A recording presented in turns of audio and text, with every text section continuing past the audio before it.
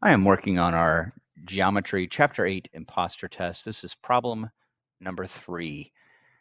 In this problem, I'm going to start by identifying some parts here. I have this angle right here, and I need to switch back to my correct pin. I'm going to go with red. Why is that not showing? There we go, red. There's my angle right here is 57 degrees. Now, both of these sides are adjacent to this angle, but this one is going to be called the hypotenuse because it's opposite the right angle. This one will then get the title of the adjacent side, right, or the adjacent leg.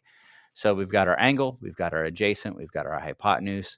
The only trig function that uses the adjacent and the hypotenuse is our cosine function. So we're going to do the cosine in this case. As usual, we put the angle next to the trig function. Cosine 57 equals the adjacent over the hypotenuse, adjacent over hypotenuse. Now we have our problem set up.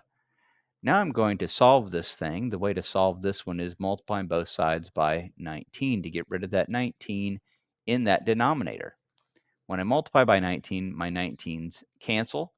I get an x on the right-hand side of my equation. On the left hand, I'm going to do 19 times the cosine of 57. So I'm going to grab my calculator, and I'm going to do, let's clear this out, 19 times the cosine of 57 equals, and it is 10.34. So 10.3, if I round it to the nearest tenth, 10.3. So there is my answer to problem number 3, solving for x.